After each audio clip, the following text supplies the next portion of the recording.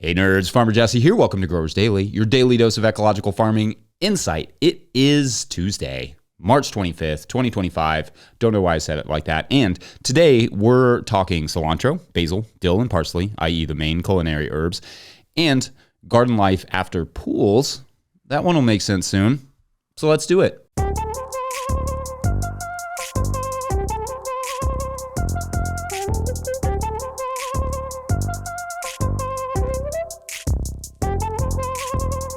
All right, well, welcome to Tuesday, everyone. It has basically just been windy here for the last 2 weeks, which makes a nice hoodie weather day feel like a jacket day, which should be illegal, frankly. I got a little kale planted into a tunnel yesterday, which was nice to finally get that done. Got some other small winter projects wrapped up as well. The tractor started after my work on it, which feels like a massive success. Things are kind of just starting to grow like wild here, though, and perhaps especially the purple nettle that loves our pathways.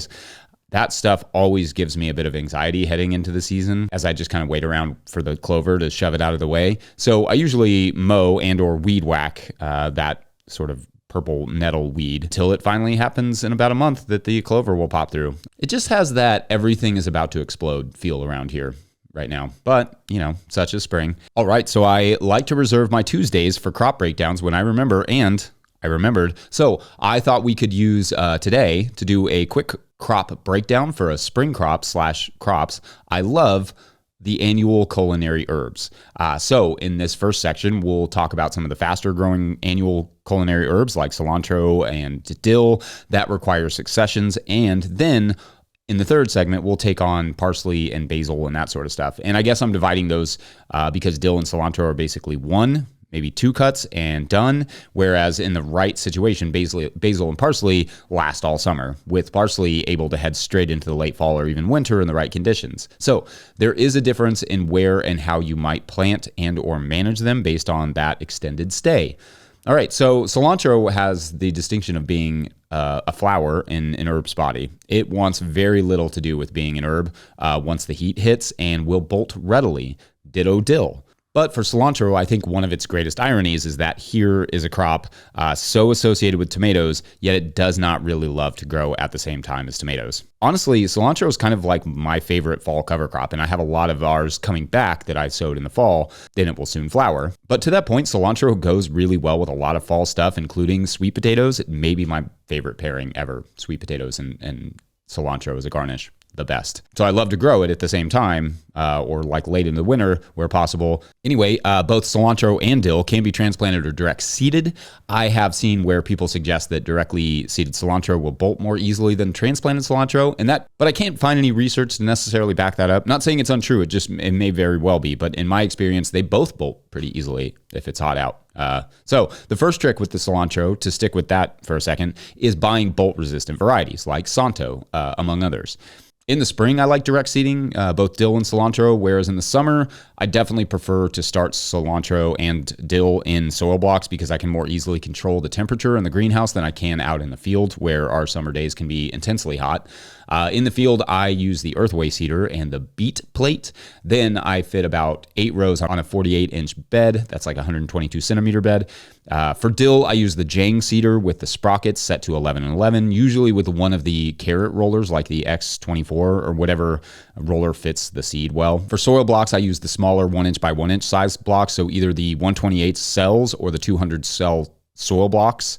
I add 2 or 3 seeds per block of each of those and try to transplant them at about 4 to 6 inch grid.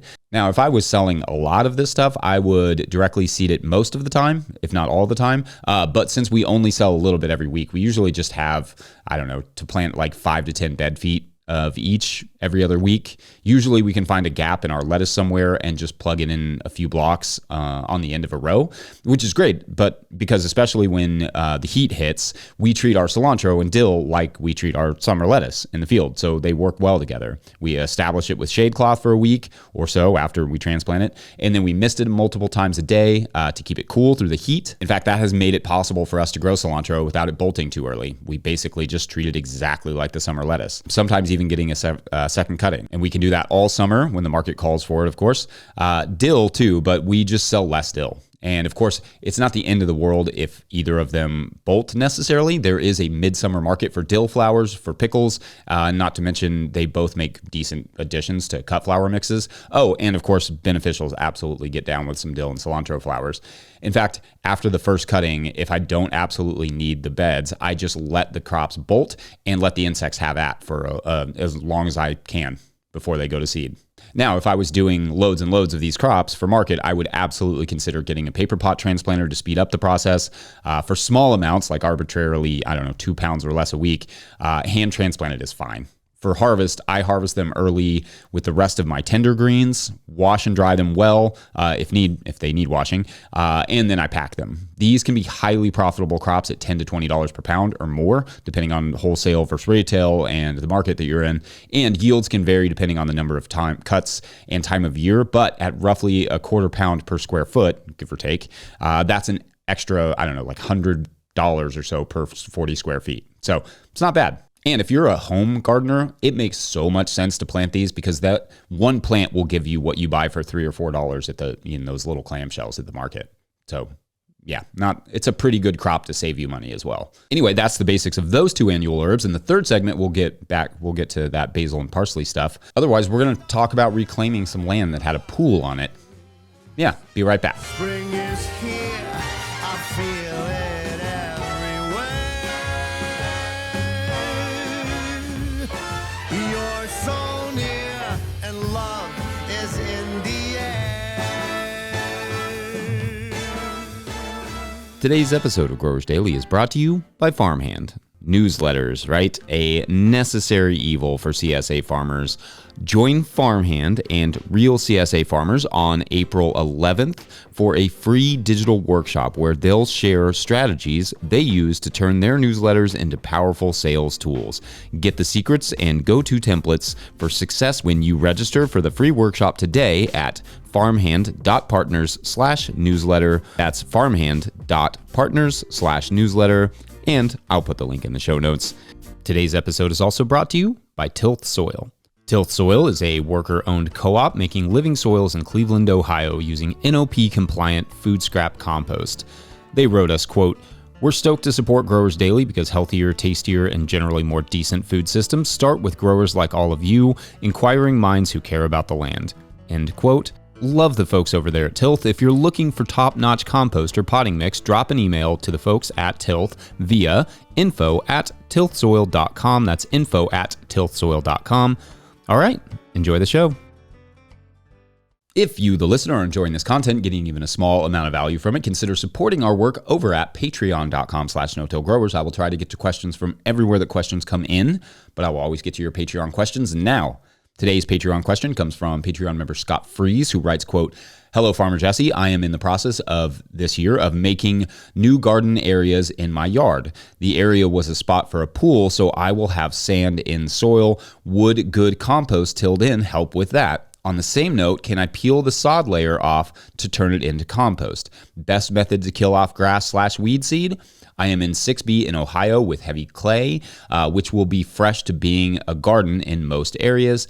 Thank you in advance, and I'm a new member. I have watched and learned a lot on YouTube channel, and a little thumbs up emoji.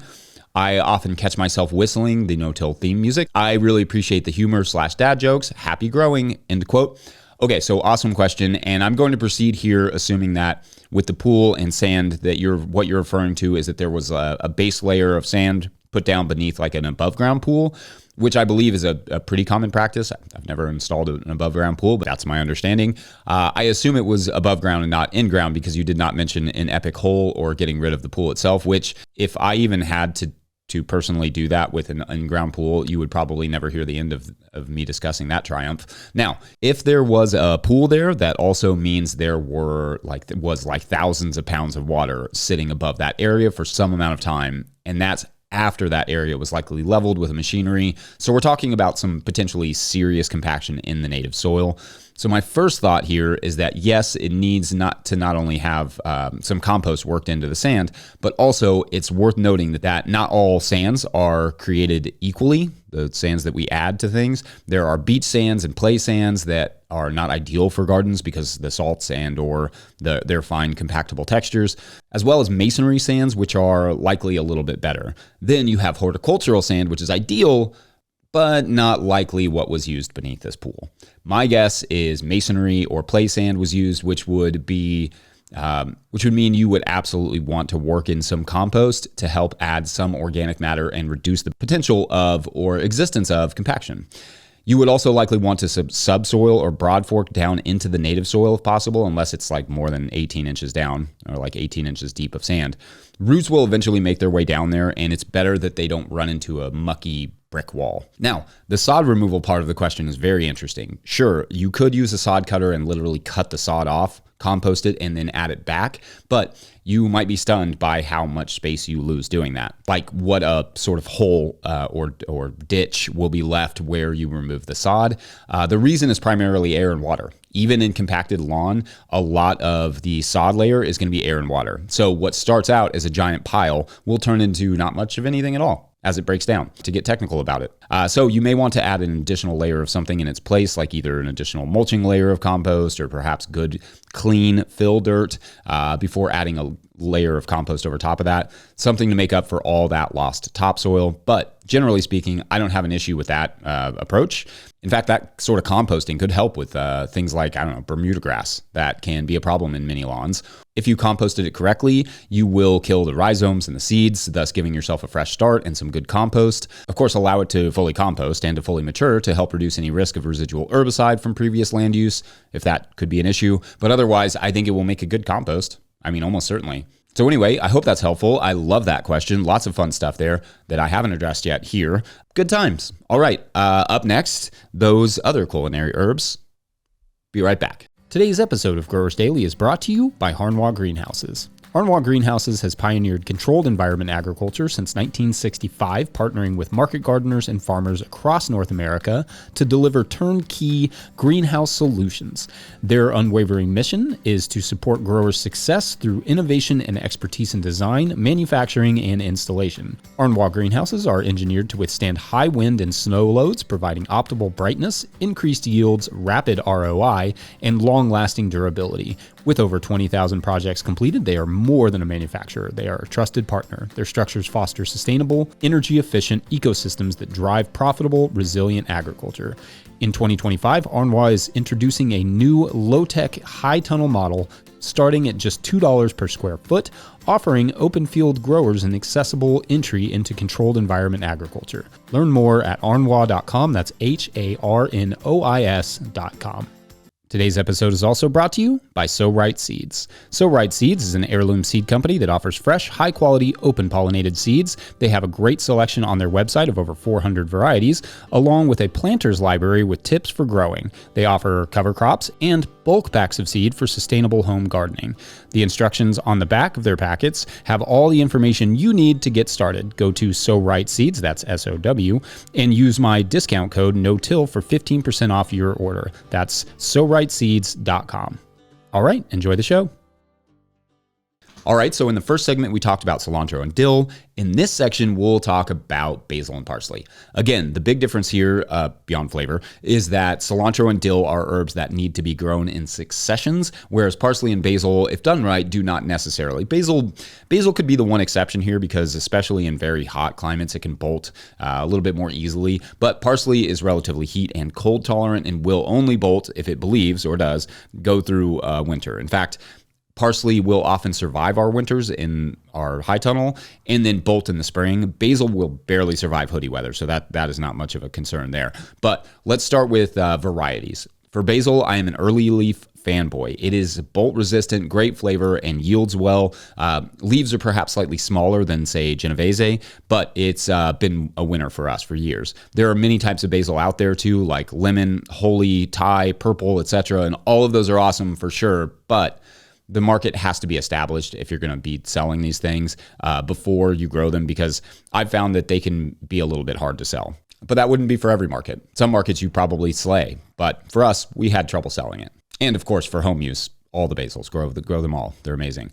For parsley, the trend seems to go back and forth between curly and flat leaf. So I would check, especially with chefs, or just grow the one that you like the most. I find flat leaf tends to be accepted a little bit more than curly, only because curly parsleys tend to still get associated with garnish.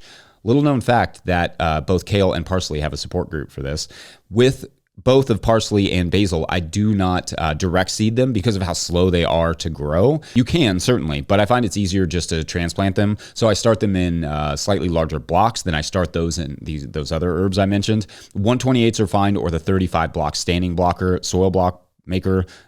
So like a little over 1 inch by 1 inch, even up to that like 72 cell tray. You could go like a 2 inch by 2 inch block. I plant both basil and parsley at like 3 rows apiece on a 48 inch bed. So that's a 122 centimeter bed, 12 inches apart. So like 30 centimeters between plants, staggering the middle row. So all the space is taken up. Both of these plants can get quite big. Neither are the heaviest of the feeders, but basil is in particular gets good and hungry by the middle of the season. And if you want to make sure that you get good big basil leaves all summer, I would recommend fertilizing well with compost in the beginning and then adding fish hydrolysate through the season about once every 3 to 4 weeks.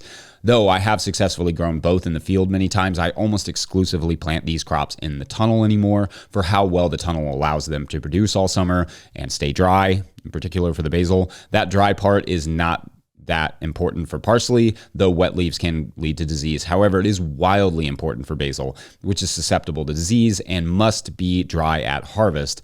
Harvest parsley, cilantro, and dill early when you're harvesting tender greens. Basil, however, wait until the early afternoon when it is bone dry.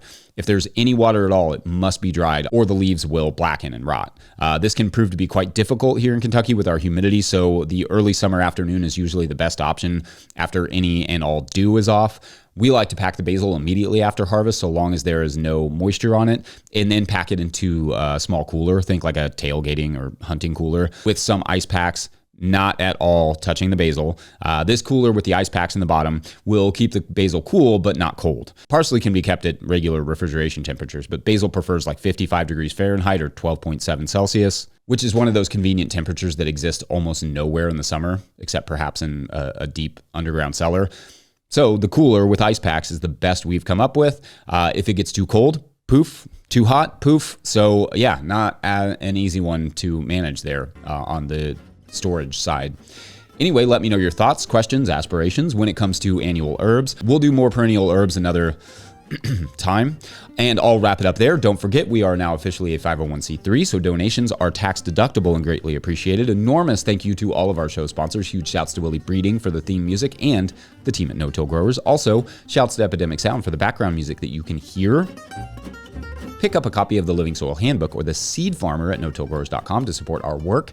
Big thank you to everyone over at patreon.com/no-tillgrowers, where at a certain level, or if you just bump up from one level to another, or sign up in the month of March, you get a shout out on the show. So big shout outs today to Stephen Holmes, Yasmin, and George Klima. All right, so this group, they all kind of just saw an ad in the paper, and it had an advertisement for, this group that was starting this, that were trying to get the city off the ground in Nevada. And so anyway, this group like cruises over there kind of individually, and they show up, and they, what the founders are doing is they're basically like going and restoring all these houses, right? These old, sort of old storefronts that have just been abandoned for many, many years, and they're restoring them.